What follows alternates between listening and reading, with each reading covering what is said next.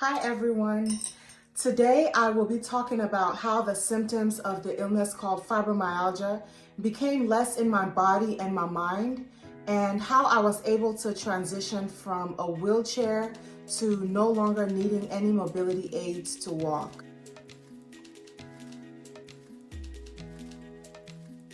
So people have been asking me how I did it. As many of you know, I was diagnosed with the chronic illness called fibromyalgia years ago. The pain was so severe that eventually I couldn't walk or stand, so I needed to use a wheelchair. But first of all, what is fibromyalgia? Fibromyalgia is a lot of things, but long story short, fibromyalgia amplifies painful sensations by affecting the way your brain and your spinal cord process painful and non-painful signals. So what does fibromyalgia feel like? There are actually over 100 symptoms, but here are some common symptoms. Tenderness and pain throughout the body that has lasted for at least 3 months. And that pain can feel like pins and needles are poking your skin. It can feel like muscle pain. It can feel like a burning sensation, like your body is actually burning. It's all very uncomfortable. Other common symptoms are depression, anxiety, and cognitive difficulties. The cognitive difficulties make it challenging to focus, to pay attention. It makes it challenging to remember anything and to concentrate on mental tasks. In the chronic illness world, we call this brain fog or fibro fog. Now, brain fog can be terribly embarrassing because it makes a very smart person feel incompetent and insecure. Having a chronic illness really can chip away at your confidence. Some other symptoms are migraines, digestive problems, TMJ, which is face and jaw pain, and sleep problems, and also fatigue. Now, when I say fatigue, I don't mean tiredness. The difference is when you are tired, you can rest and then feel better. But with chronic illness fatigue, resting doesn't make you feel any better.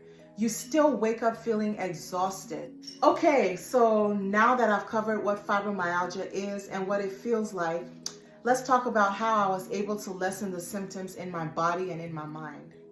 Well, first of all, let me just say that it took some years to get here. Some things I tried helped instantly, and some things helped gradually. I've been doing so many things in my life, and I am excited to share those things with you. Now, this may sound weird, but I actually had to cut some people off in my life for me to have less pain and depression.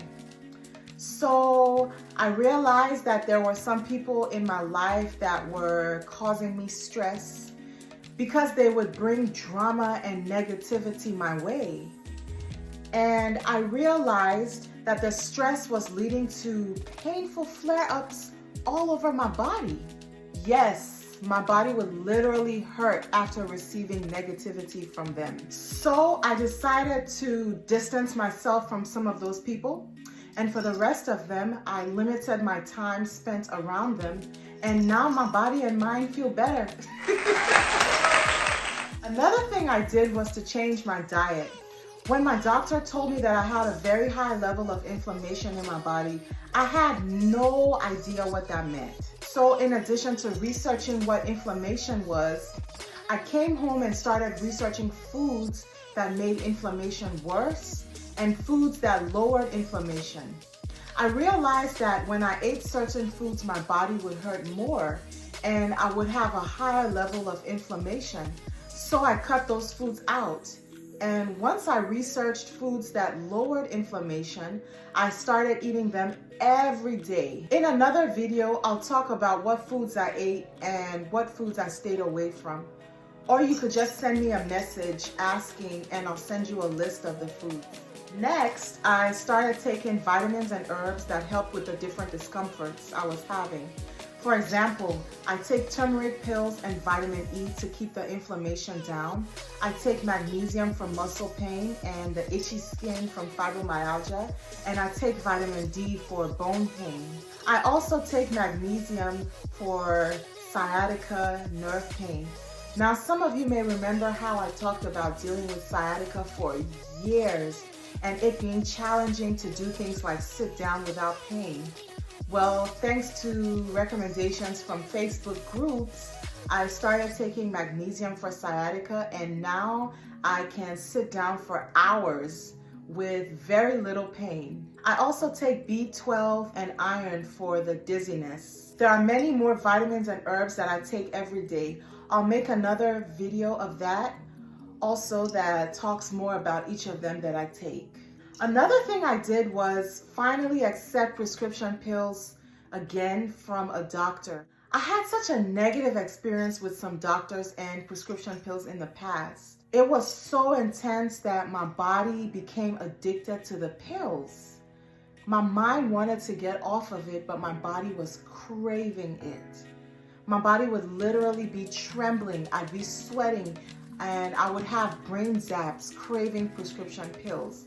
I kept trying to wean myself off of it until eventually my body stopped craving it. Because of this and many other reasons, it took me years to trust doctors again and accept prescription pills from them. It wasn't until I became severely depressed from fibromyalgia and had extreme anxiety that I accepted the prescription pills temporarily. As I stated before, depression and anxiety are two common symptoms of fibromyalgia. The depression and anxiety were so severe that I was actually suicidal. Many people with chronic illnesses become depressed because their symptoms are so overwhelming. Imagine feeling intense pain in your body for years. Imagine hardly being able to eat because you have digestive issues and because most of what you eat causes even more pain in your body. Another reason many people with this illness are depressed is because they feel as if they're losing themselves and because they feel so much loneliness. Loneliness from no longer being able to participate in activities or go out and see friends.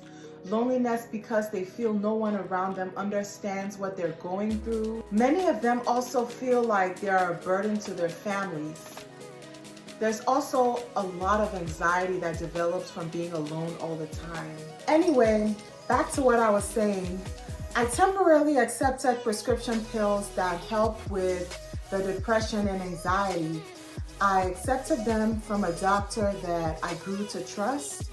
I didn't feel like he was just pushing pills on me, and I felt that he was genuinely concerned about my well-being. I also started taking a muscle relaxer to help with the intense muscle pain that I was having. The muscle relaxer also helped me to sleep because, as I said previously, sleep problems are also a symptom of fibromyalgia. And it's interesting because when you don't get enough sleep, the brain fog gets worse. And so does the pain. We really need sleep to heal. I want to remind the viewers that you shouldn't be ashamed to take prescription pills. It doesn't mean you're a failure. It doesn't mean you're crazy or weak. It doesn't mean that you're less than other people. It just means that you need some assistance. And every human being needs assistance from time to time.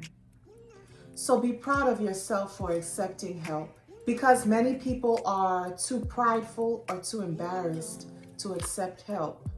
Next, I started using a mouth guard when I slept for the TMJ pain that caused headaches, toothaches, ear pain, and jaw pain, and clicking of my jaw when I tried to open my mouth. When I was sleeping, I would clench my teeth very tightly together. This caused even more pain, but the mouth guard helped to separate my teeth. Also, I changed my mattress. My old mattress was causing me even more pain at night, and I was waking up in so much pain that I'd be limping in the daytime. For people with sensitive bodies, it's important to pay attention to your mattress and see whether it could be making your pain worse. The next thing I did, and probably one of the best things I did, was to start working with a therapist. Before I ever saw a therapist, I was skeptical about them, and I was uncomfortable sharing my personal business with a stranger. But a therapist helped me release the trauma that was trapped in my body for years that had manifested as chronic pain. So many of you know that I was diagnosed with PTSD from abuse and from the wars in my home country, Liberia. My therapist helped me with so many suppressed emotions that were manifesting as pain in my body. I had no idea that emotions could stay trapped in your body and cause chronic health conditions. After that, I started getting regular massages. Now, I had experiences with some massage therapists that really hurt my body. So I had to learn to boldly tell my massage therapist what areas to be gentle with because they were tender.